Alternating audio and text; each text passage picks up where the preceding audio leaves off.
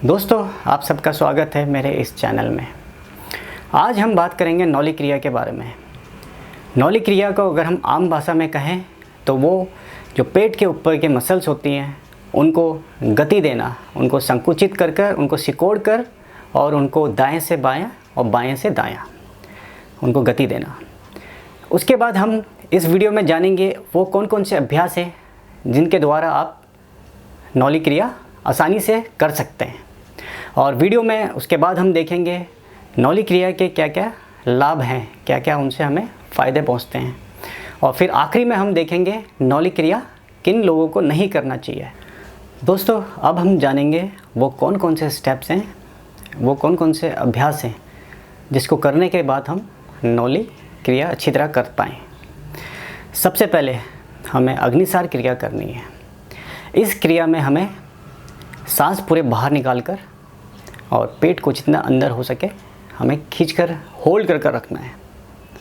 और इस दौरान आपका बंद भी आपको बंद भी लगाना है, जिसमें कि उड्डयन बंद और जालिंदर बंद आपको लगाना है। फिर उसके बाद जब हम इस अभ्यास में निपुण हो जाए, फिर हमें नौली की जितने भी आपके नौली के 3 स्टेप्स हैं, अगर आप इन तीनों में अभ्यास करेंगे तो आपको नौली क्रिया आपसे आसानी से आप नौली क्रिया कर सकते हैं। जो पहला स्टेप है वो है मध्यम नौली। मध्यम नौली जैसे कि नाम है, यानी कि आपको जो पेट के मसल्स हैं उसको बीच में संकुचित कर कर रखना है, जिससे वो आई शेप के दिखने लगेंगे और उसको होल्ड करना है। और ये आपको अभ्यास रेगुलर करना है और इसमें होल्डिंग कैपेसिटी आपको बढ़ानी है। फिर उसके बाद वाम नौली। नौली में आपको सबसे पहले मध्यम नौली की पोजीशन में आनी है और फिर उसके बाद हमें उसको लेफ़्ट साइड, उसी मसल्स को लेफ़्ट साइड की ओर गति देनी है, जिससे कि वो वाम नौली कहलाएगी। फिर दक्षिण नौली। दक्षिण नौली के लिए भी हमें पहले मध्यम नौली की पोजीशन में आनी है। फिर उस मसल्स को जो मध्यम में संकुचित है उसे गति देकर राइट साइड में ले जानी है, तो वो आपका दक्षिण नौली कहलाएगा। जब हम वाम, मध्यम, वाम और दक्षिण, ये तीनों नौली जब हम इसमें तीनों में अभ्यास करते करते इसमें निपुण हो जाए, फिर उसके बाद हम नौली क्रिया कर सकते हैं। तो अब हम देखेंगे इस प्रैक्टिकल में कि आप सबसे पहले हम देखेंगे अग्निसार, फिर देखेंगे मध्यम नौली, फिर वाम और फिर दक्षिण नौली। हम देखते हैं सबसे पहले अग्निसार क्रिया।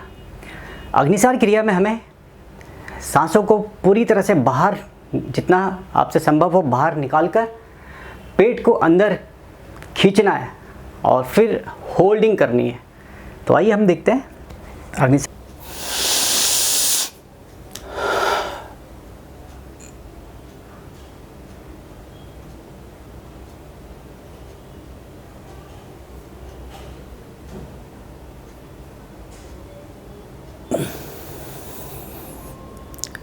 आपसे जितना संभव हो उतना आप होल्डिंग करके रख सकते हैं। अब हम देखेंगे मध्यम नौली।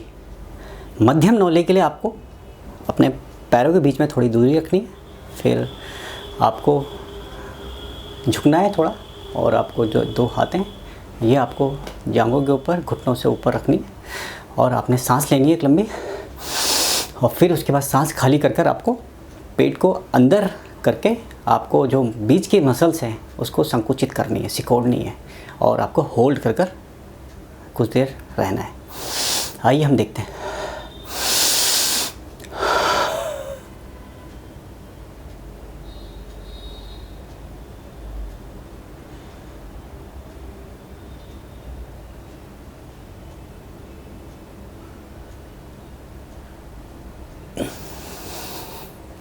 तो ये थी मध्यम नौली, और इस मध्यम नौली के कुछ देर उपरांत आपको वाम नौली करनी है।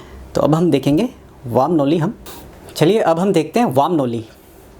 वाम नौली के लिए सबसे पहले आपको मध्यम नौली की स्थिति में आनी है और आपको मध्यम नौली आपको संकुचित कर कर निकाल कर रखनी है और फिर उसके बाद आपको उसी नौली को बाएं ओर आपको ले जानी है। तो जब आप उसे बाईं ओर ले जाएंगे तो आप प्रयास करें उसे रोकने की, होल्ड करने की। तो आइए हम देखते हैं। लेफ्ट,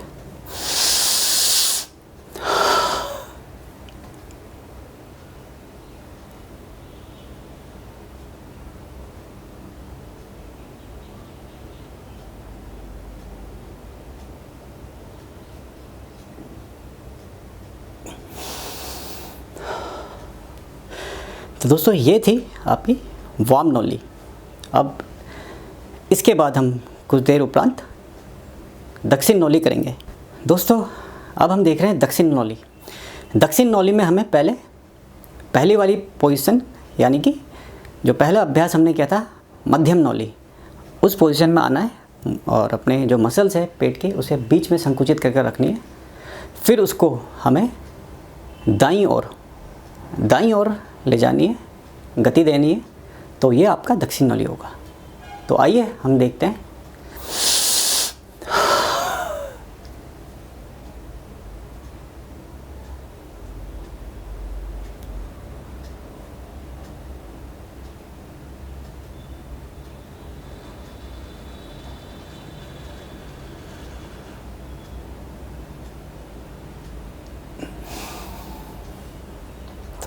दोस्तों ये थी आपकी दक्षिण नौली। तो अगर हम मध्यम, वाम और दक्षिण, अगर इन तीनों का अभ्यास और इसमें हमारी अभ्यास की जो प्रैक्टिस वो अच्छी हो गई है, तो हम इसके बाद कर सकते हैं जो हमारा नौली क्रिया है मुख्य। तो इसमें हमें सबसे पहले सांस रोककर आप मध्यम नौली, फिर वाम नौली, फिर दक्षिण, या फिर इसके उल्टे दिशा में भी आप जा सकते हैं, मध्यम, दक्षिण, वाम, और हमें घुमानी है नौली। तो आइए हम देखते हैं इस क्रिया को।